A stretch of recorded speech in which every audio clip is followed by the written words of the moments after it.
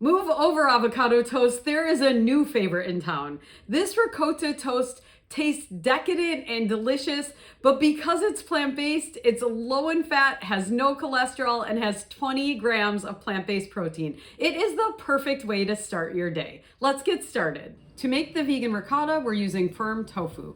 Drain the water from the package and crumble it into a bowl with your hands till it's the consistency of ricotta cheese.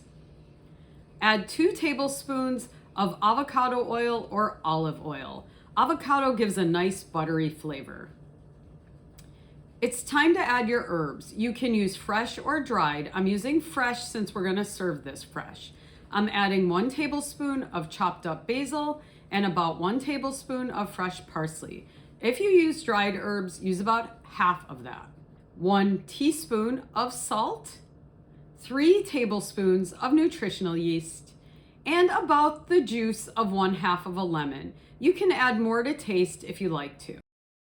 Because we're making fancy toast, you want to start with fancy bread.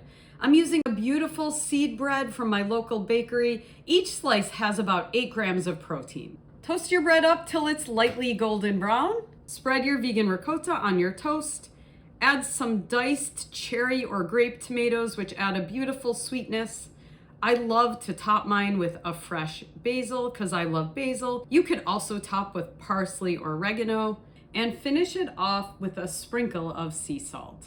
This easy high protein vegan breakfast is my new favorite, and you can customize it. You can add a dash of garlic powder or some crushed red pepper or whatever you think will make it more delicious. See you next time on Kat's Vegan Kitchen.